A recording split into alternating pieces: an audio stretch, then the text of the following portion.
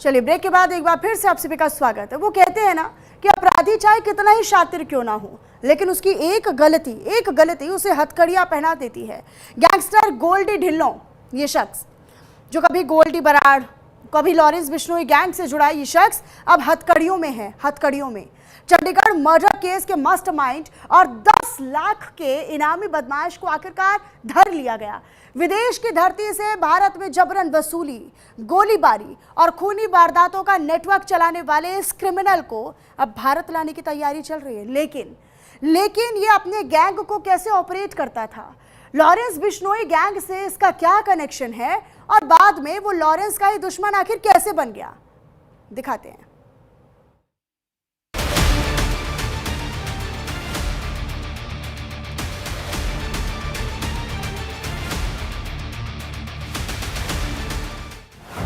Spain में दबोचा गया gangster Goldy Dhillon.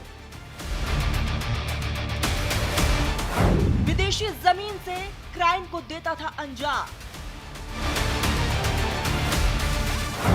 Lawrence gang से अलग होकर कैसे बना विरोधी। आपकी स्क्रीन पर दिख रहा ये शख्स कोई आम नहीं है। ये वो चेहरा है जिससे बहुत से लोग भले ही अनजान हो, लेकिन कुछ लोगों में ये खौफ का पर्याय है। ये तस्वीर उस गैंगस्टर की है जिसने भारत की कानून व्यवस्था को खुली चुनौती दे रखी थी। ये वो नाम है जिसने भारतीय सुरक्षा एजेंसियों की नींद हराम कर रखी थी। नाम है गुरप्रीत सिंह उर्फ गोल्डी ढिल्लो। विदेशी जमीन पर बैठकर पंजाब में दहशत का कारोबार चलाने वाले इस चेहरे को लग रहा था कि ये कानून को ठेंगा दिखाता रहेगा और विदेशी जमीन से भारत की सरजमी पर क्राइम साम्राज्य का पालन पोषण करता रहेगा। गोल्डी ढिल्लो को लग रहा था कि ये कानून के लंबे हाथों से बच निकलेगा, लेकिन मैड्रिड की सड़कों पर जैसे स्पेनिश पुलिस ने इसे घेरा, इसकी सारी हेकड़ी हवा हो गई। मास्टरमाइंड गैंगस्टर गोल्डी ढिल्लो को भारतीय एजेंसियों के सहयोग से स्पेन में गिरफ्तार कर लिया गया है। गोल्डी ढिल्लो लंबे समय से विदेश में बैठकर पंजाब, चंडीगढ़ और दिल्ली एनसीआर में अपना आपराधिक नेटवर्क चला रहा था। गोल्डी ढिल्लो राजपुर का रहने वाला है। कैशियर जानकी दास हत्याकांड में मास्टरमाइंड है। गोल्डी ढिल्लो एनआईए का वांटेड आरोपी भी है। उसके ऊपर 10 लाख का इनाम घोषित है। पंजाब पुलिस ने भी 5 लाख का इनाम घोषित किया हुआ है। साल 2022 में वो विदेश फरार हो गया था। ढिल्लो की गिरफ्तारी के पीछे सबसे बड़ी जो वजह बनी वो ये थी कि चंडीगढ़ में जून के महीने में सरेआम बहाया गया खून। दरअसल चंडीगढ़ के सेक्टर 11 में स्थित श्री कुमार मेडिकल हॉल के कैशियर जानकी दास की दिन दहाड़े हत्या कर दी गई थी। इस कत्ल की साजिश के पीछे किसी और का नहीं बल्कि गोल्डी ढिल्लो का हाथ था।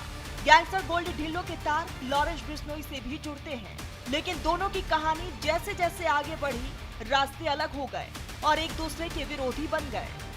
गोल्डी ढिल्लो पहले लॉरेंस बिश्नोई गैंग के लिए काम करता था, लेकिन बाद में वो कनाडा में बैठे आतंकी गैंगस्टर गोल्डी बराड़ का सबसे दाहिना हाथ बन गया। रंगदारी वसूलना, टारगेट किलिंग करवाना और पंजाब के युवाओं को हथियारों की सप्लाई करना इसका मुख्य धंधा बन गया। बाद में गैंग के भीतर विवाद बढ़ने के बाद उसने अलग रास्ता अपना लिया और लॉरेंस गुट का विरोधी बन गया। गोल्डी ढिल्लो के खिलाफ पंजाब के जालंधर, पटियाला और लुधियाना में जबरन वसूली, गैंग वॉर, हत्या के प्रयास और आर्म्स एक्ट के कई मामले दर्ज हैं। हाल ही में पटियाला पुलिस ने उसके 2 गुर्गों को भी गिरफ्तार किया था। पूछताछ में खुलासा हुआ था कि उन्हें राजपुरा और मोहाली में हत्या की वारदात को अंजाम देने का जिम्मा दिया गया था। ढिल्लो पंजाब और हरियाणा के युवाओं को पैसे और विदेश भेजने का लालच देकर अपने गैंग में शामिल करवाता था और इसके बाद उनसे रंगदारी, टारगेट किलिंग और अन्य आपराधिक वारदातों को अंजाम दिलाता था। पुलिस की माने तो राजपुरा का रहने वाला गोल्डी ढिल्लो शुरुआत में मारपीट, धमकी और आर्म्स एक्ट के मामलों में शामिल रहा। बाद में उसने व्यापारियों से जबरन वसूली शुरू कर दी। वो व्यापारियों को पहचान छुपाकर संपर्क करता था। इसके लिए वो अनक्रिप्टेड कॉलिंग ऐप और वीपीएन का यूज करता था ताकि किसी को उसकी असल पहचान पता ना चल सके। कहा जाता है कि ढिल्लो ने लॉरेंस बिश्नोई और गोल्डी बराड़ गैंग के नाम का इस्तेमाल करके कपिल शर्मा को धमकी भरे कॉल और मैसेज भी भिजवाए थे ताकि उनसे मोटी रकम वसूली जा सके। बहरहाल गोल्डी ढिल्लो स्पेन पुलिस की गिरफ्त में है। भारतीय विदेश मंत्रालय और सुरक्षा एजेंसियां उसे अब भारत भारत लाने के लिए कानूनी दस्तावेज को पुख्ता करने में जुट गई है। प्रत्यर्पण और डिपोटेशन के जरिए उसे जल्द से जल्द भारत की धरती पर लाया जाएगा, ताकि चंडीगढ़ और पंजाब के मुकदमों में इसका मुकम्मल हिसाब किया जा सके। ये गिरफ्तारी उन सभी गैंगस्टर्स के लिए भी बड़ा और कड़ा संदेश है जो ये सोचते हैं कि भारत में अपराध करके वो विदेशों में महफूज रह सकते हैं। Bureau report, news India. चीन की बात कर लेते हैं क्योंकि